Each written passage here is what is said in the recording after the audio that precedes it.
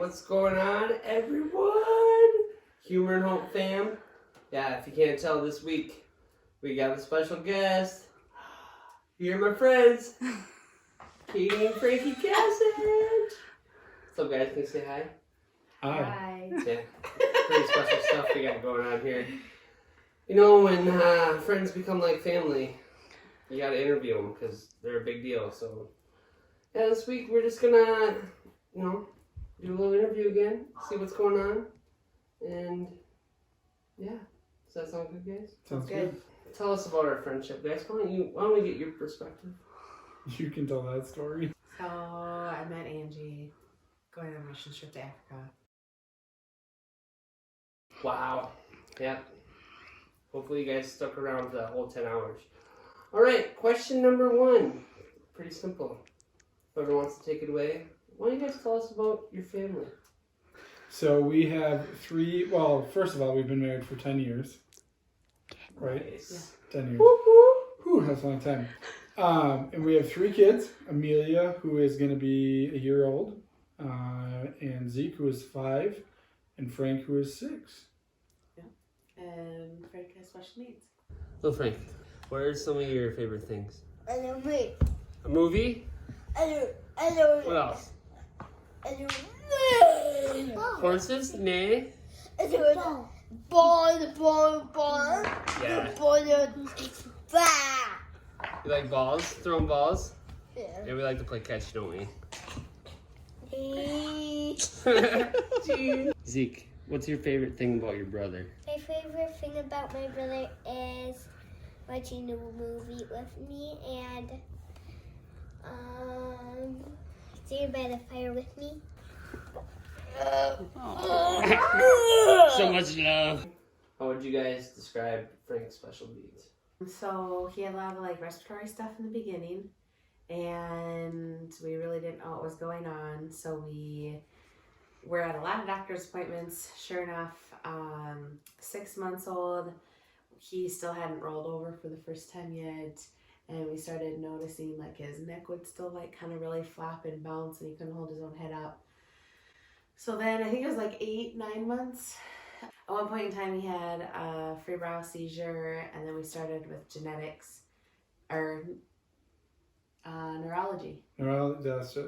And he started doing a whole bunch of MRI stuff, and they really couldn't find anything that was that would describe why his low muscle tone and his respiratory stuff. And so then he transferred us to genetics, and that is when we did genome testing, which is just genetic testing, and they found that he had a genetic mutation. And we had a little mutant. Like X-Men. A little bit. Yeah, a little bit. Like X-Men. He's got superpowers. Oh, He he does. does. He is. He's one of a kind. I love that little guy. So, number 3. I know a lot of people want to be helpful and whatnot, talking in public, but what is helpful and what isn't helpful that people say / do? So maybe start off with what isn't helpful. Start off with the negative, go to the positive. Well, I guess my biggest thing is with Frank, or with any child who is acting different or looks different or something different, is asking the question of what's wrong with them. Because in reality, there's absolutely nothing wrong with them. They just do things differently, which isn't wrong. It's just different. Yeah. So instead of then, what would you prefer people instead of that? What would be a better way of Acknowledging his uniqueness, okay? in a way. I always think it's best if you, just like you would anyone else, say, hey, what's your name? Usually if that person is with any sort of caregiver, whether it's with a friend or a sibling or a parent, they'll help you communicate with them. So Frank might actually say his name, Frank. Depending on the person, they may or may not hear that come out of his mouth, but we're probably going to be right there with him and say, yeah, your name's Frank. So we'd help you communicate with him. And then just start the ball there, just like you would any other kids, what you doing at the store today? Or is mom and dad letting you buy a toy, right? Like, just like you would interact with any other kid that you might come across. And And I guess instead of our natural reaction to something that's different and abnormal is to stare and to look and try to figure things out. Well, not many people like being stared at, and as a parent, you're like, why are you looking at me so weird?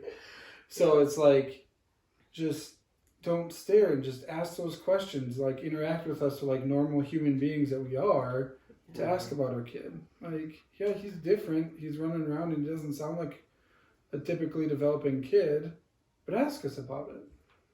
Yeah.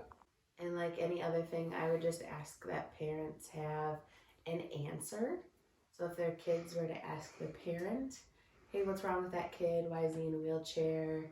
Why does he talk different? Why does he look different? Having an answer, and that answer might be as simple as, isn't it cool how God makes us all unique? Or to the fact of, I don't know, but let's ask what his name is first. And just try to, ignoring it, like you wouldn't address race that way, you wouldn't address any other kind of differences that way. Disabilities are the same. You just have an answer ready for when your kids are at the age of asking questions and noticing differences, that we have an answer, so it's not awkward and it's not shh and let's run away and make it even more awkward. Yeah, because you've seen that sometimes where they're like, no, shh, like, don't say anything. Yeah. It's just like... Yeah, either parents aren't aware of what their kids are saying, and so try to, especially if you're in like a park setting or an open gym, or like just try to be within earshot of your kids so that you know what's being communicated and what's being said, and that you'd have an answer if you are right next to your kid, so that you it doesn't make things even more awkward. That kids say awkward things. It's just part of being a parent. But let's have an answer ready so that we can go on from that and learn from that and grow from it. And maybe it doesn't happen the next time they see a kid that's in a wheelchair or has a walker or talks a little different or maybe drools. Like, it's different, and that's okay. I have that problem. It's pretty common, I think. So, all right, awesome. So, question number 4. After having Lil Frank, what does your faith look like now? Or has it changed or grown since having him? Anything different or? I don't know. Ever since Frank was born, there's this verse in the Bible. It's John 9:1-3, where Jesus comes up to a blind man and his disciples ask him, why was this man born blind? And his disciples are saying, well, maybe it's the sin of his father or the sin of his parents or something, something happened that way. And Jesus just simply said, no, it was so that the work of God can be shown through him. And that's Frank. Yeah. And I think I've done a lot of questioning, and the answer I've come down to is our world is fallen. And there's sin in the world, and it's not that sin has caused Frank to have disabilities. It's unfair. Just like it's unfair that women lose their babies. It's unfair that people get in car accidents. It's unfair that there's just not answers to everything. We just live in a fallen world. And it's just not perfect, and it's not fair, and there's not always answers to that. But thankfully we have hope that eventually that we'll be able, if they know Jesus, that we'll be able to see him in heaven again, or that one day Frank, his earthly body is going to die and he's going to be able to talk and run and worship Jesus the same way everyone else does, and that's okay. He has a lot of impact though here on earth, and we'll focus on that first, obviously. We're okay with dying, but hopefully we have a long life ahead of us here on earth too. Right on. That's awesome, guys. Number 5. What advice would you give parents who recently discovered their kids have special needs? Welcome to the roller coaster of parenthood. I feel like all parenting any child is crazy and hard, and you need lots of support. Find your community, find your support people, find the people you can lean on and call in the middle of the night if that were to be needed, or the people that can watch your kids so you can go out on dates. You guys have done that a lot. Thank you. Don't lose yourself. Yeah, I think the biggest thing, one of the hardest things, is be able to grieve.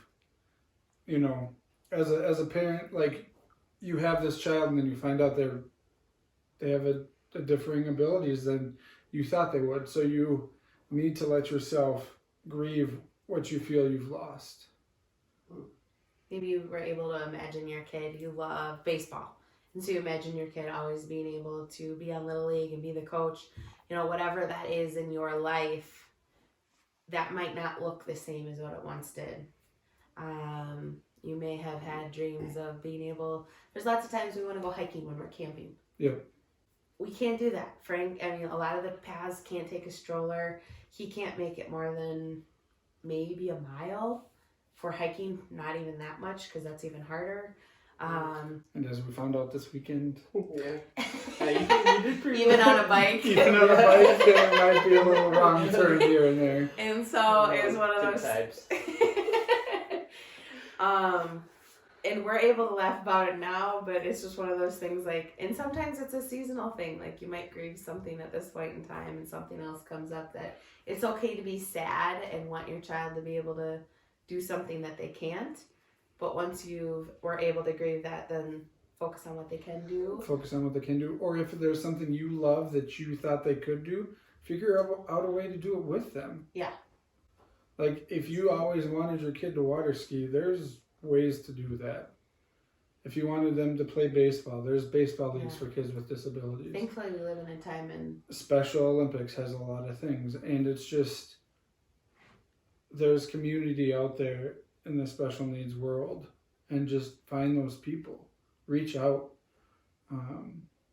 we live in a day and age where everything, there's a lot of people who are open-armed in embracing that. We've been approached at Hy-Vee for like adaptive snowmobiling, and we've been approached at random places for downhill skiing, and we're like, cool, like, we're not even interested in that, but maybe if it works out. And there's some things that we're like, all right, let's have Frank try it. Maybe he likes it, maybe he doesn't, because he can't communicate those things like, hey Mom, I really want to go down Buck Hill. Yeah. Yeah. I don't know if he does or not, so let's put him on the hill, and if he starts crying, guess what? We'll stop.